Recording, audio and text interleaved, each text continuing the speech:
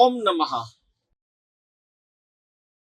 आप शारीरिक पीड़ा से ग्रस्त है, लेकिन आपके साथ ऐसा होता है कि आप डॉक्टर के पास जाएं, डॉक्टर रिपोर्टों की जांच करे और सारे रिपोर्ट नॉर्मल आए, फिर भी आपके शरीर की पीड़ा जाती नहीं है। आपके परिवार के सदस्य भी अब ऐसा मानने लगे हैं कि आपके मन का वहम है, भ्रम है कि आपको शारीरिक पीड़ा है, क्योंकि डॉक्टर तो बोल चुका है कि आपको कोई शारीरिक पीड़ा नहीं है, लेकिन आप खुद उस पीड़ा को महसूस कर रहे हैं, उस पीड़ा को सह रहे हैं, उस तकलीफ को, उस मुसीबत को अपने शरीर में पाल रहे हैं और उसका कोई भी उपाय आप कितनी भी कोशिश करें नहीं निकल रहा है। परिस्थितियां इतनी विपरीत हो जाती है कि आप कुछ भी बोलने के लिए जब घर में मुंह खोले कि भाई मुझे यहाँ दर्द हो रहा है, तो सुनने वाला कोई भी सदस्य न होगा। सब बोलेगा कि नहीं, आपको वहम है, आप अपने दिमाग से वहम निकाल दीजिए, आपको कोई प्रॉब्लम नहीं है, डॉक्टर ने सारे रिपोर्ट करवा ली और सारे रिपोर्ट नॉर्मल है, यानी आप स्वस्थ है, आप मानसिक तौर से बीमार है। एक्चुअल में इसमें सत्य क्या है? इसमें सत्य समझने के लिए आपको बात को समझना होगा। जो आपका घर का सदस्य आपको कंप्लेन कर रहा है कि मुझे पेट में दर्द है, या मुझे शरीर में यहाँ दर्द है, या मुझे ऐसा प्रॉब्लम हो रहा है, आप तुरंत डॉक्टर के पास ले जाते हैं। आप तो एश्योर हो जाते हैं कि भाई कुछ नहीं है, लेकिन सच मानिए, उस इंसान जो आपके घर का सदस्य है, उससे शारीरिक पीड़ा हो रही होती है। अब इसके बहुत से कारण हैं। पहला कारण ये होता है कि आपकी ऑरा, जो आपकी सूक्ष्म शरीर होता है, वो डैमेज होता है थोड़ा सा। उसके कारण स्थूल शरीर, यानी हमारा जो दिखने वाली शरीर है, बॉडी है, उसमें उसकी पेन का रिएक्शन आता है, तकलीफ का रिएक्शन आता है, जो मेडिकल साइंस इसे पकड़ नहीं पाता। दूसरा रीजन ये है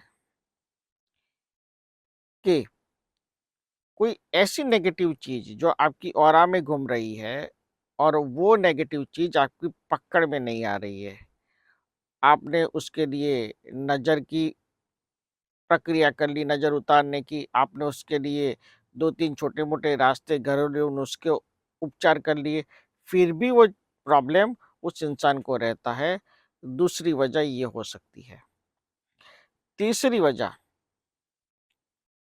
उस इंसान की बॉडी में जो दर्द है, जो पेन है, सॉल्यूशन मेडिकल साइंस के पास इसलिए भी शायद नहीं हो सकता क्योंकि जो प्रॉब्लम होगा वो प्रॉब्लम उनके लिए पकड़ में नहीं आ रहा होगा। उनकी जो रिपोर्ट निकालने की जो मेथड है, उसमें उस इंसान का प्रॉब्लम पकड़ में नहीं आ रहा होगा। ये तीसरा प्रॉब्लम है।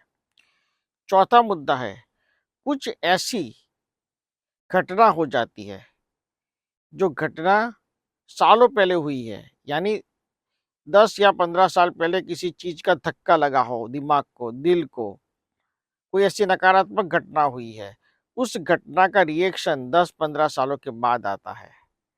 ये भी एक रीज़न हो सकता है। ये 4 मेन रीज़न है, जिन रीज़नों पर, यानी जिन रीज़नों के कारण रिपोर्ट नॉर्मल आते हैं, फिर भी शारीरिक पीड़ा रहती है। तो क्या करना चाहिए?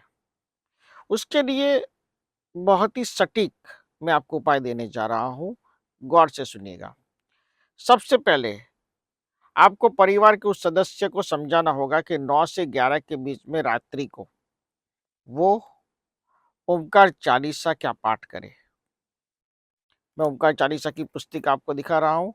वो ओमकार चालीसा का पाठ करे। पाठ शुरू करने से पहले कटोरी में पानी ले। उसके बाद ओमकार चालीसा का पाठ करे। ओमकार चालीसा का पाठ करने के बाद उसे 12 ज्योतिर्लिंग चालीसा का पाठ करना है। ये 12 ज्योतिर्लिंग चालीसा की पुस्तिका है। इसका पाठ करना है। 12 ज्योतिर्लिंग चालीसा का पाठ करने के बाद आपको नौ दुर्गा चालीसा का पाठ करना है। नौ दुर्गा चालीसा की पुस्तिका आपकी स्क्रीन पर है।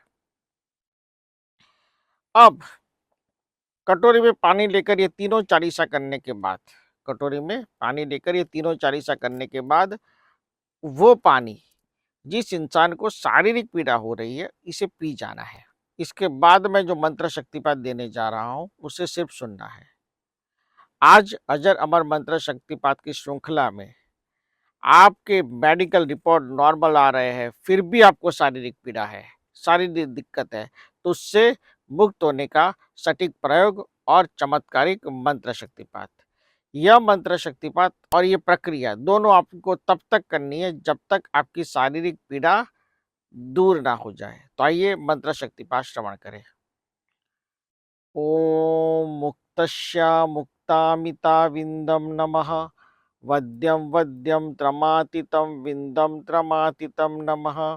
ओवव्यः ओवव्यः ओवव्यः नमः।